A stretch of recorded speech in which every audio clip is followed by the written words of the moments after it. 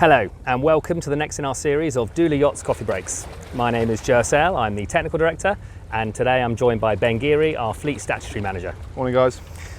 We're coming to you today from beautiful Italy. Ben and I both happen to have been on board some projects that have highlighted a couple of issues, and as a result what we would like to do is discuss with you an item that comes up regularly during our build team inspections, which is ventilation, penetrations and insulation. So obviously this is a class and flag issue, and I think with your background in flag, maybe just talk a bit about that kind of first intermediate survey, which is kind of the first time flag get to review the kind of penetrations and where they are. Sure. Now if we take the classic Red Ensign Group build setup, the first intermediate survey, which is the first time that the flag surveyor is going to be visiting the vessel since the initial kick-off meeting, is normally triggered by the amount of insulation already installed on board the boat. Now, as a result of that, if you've already got a significant amount of insulation installed, your penetrations for your ventilation are also going to have progressed through the build quite significantly.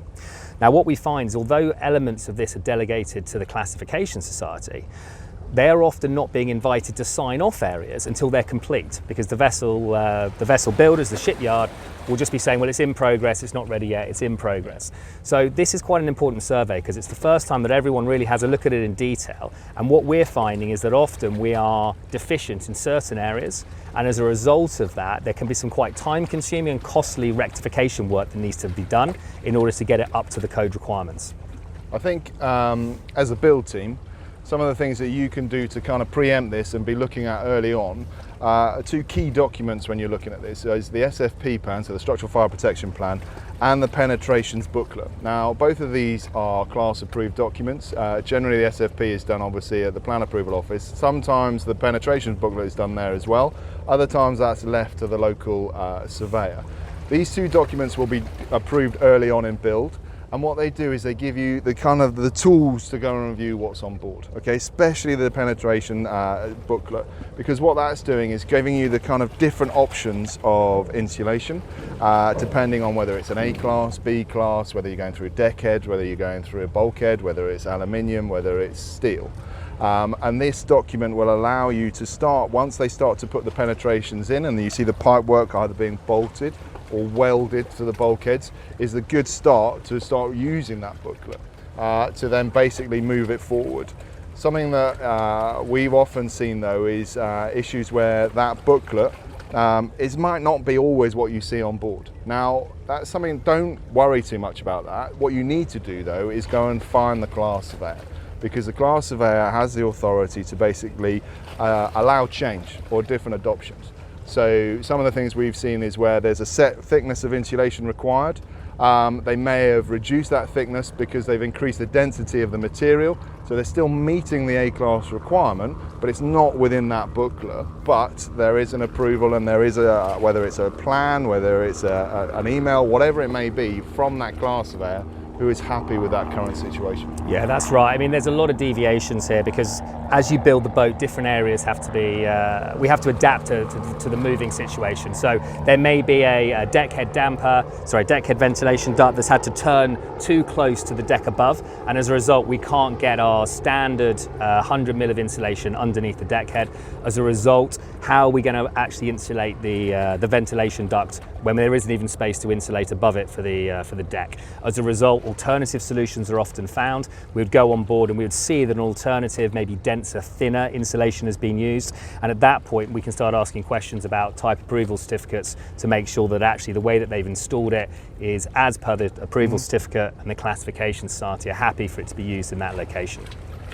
Yeah, and I think one other thing to look at as well is once you've got that penetrations booklet, obviously the things that attach to those, so the dampers. Now this is a slight bugbear of mine of, you know, the amount of dampers that you see, let's say on a 70 metre, 80 metre yacht, you know, is a huge amount. Now the class and flag, you know, logistically just don't have the time to review all of those. You as the build team can go in and check those. Now something that you can easily check depending on location is that wheel mark. So the classic old wheel, which will be stamped on the side of the damper depending on location. But also you need to start asking for those type approval certificates for the dampers.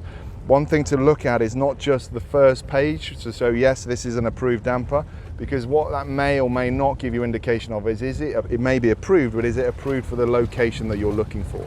Is it approved for, you know, the aluminium bulkhead or pipework that it's going on? And so what you want is, generally they'll say like 1 of 3 or 1 of 4, and it's those pages behind that kind of give the limitations over where that damper could be used. You know, the sizes it may be allowed to be used in, and what services it can actually be put on.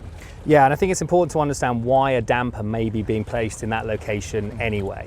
There are going to be examples of where a damper is to continue the fire integrity of a certain bulkhead or deck, so to maintain its A-class integrity, so it's being used as a fire damper. There may be examples of where air intakes are being used to control the flow of air during a fire scenario, so that's just the flow of air. There may also be examples where dampers are being used to prevent water ingress, so on a swan neck or a ventilator kind of coming in from the side of the vessel on the main deck level, where it also needs to be compliant with the load line requirements. So understanding why that damper is there in the first place will then allow you to interrogate the type approval certificate to make sure that it's actually being used in the right way. And I suppose finally what to look for is, again, it's, you know, class and flag are looking at it, and the rules do say that these dampers have got to be accessible, but that's not always the biggest priority, shall we say, of the yard. But you as the build crew, the guys that are going to basically use this boat when it goes out into service, that's the key thing to go on board and ask. Every time you see one, every time you look at the location, ask, so how am I going to get access to this? You know, when the headlinings have gone up, when you've put the extra pipe work in, how do I get access with that? More often than not, you get a lot of people scratching heads. But again, if you're there early, rather than maybe at the intermediate survey or even later, where the headlining's gone in, it may be boxed in, you may be already difficult, going to cost money, add time, etc., to basically rectify that, is something to go and have a look at early on. That's right. Something else that we'd also like to just draw everyone's attention to catch early on in the process is the type of insulation that's being used on ventilation ducting, and whether it's being used as we've described, insulation, or whether it's being used as what is described within the codes as a vapor barrier. Now, those two criteria carry different requirements with respect to their fire properties.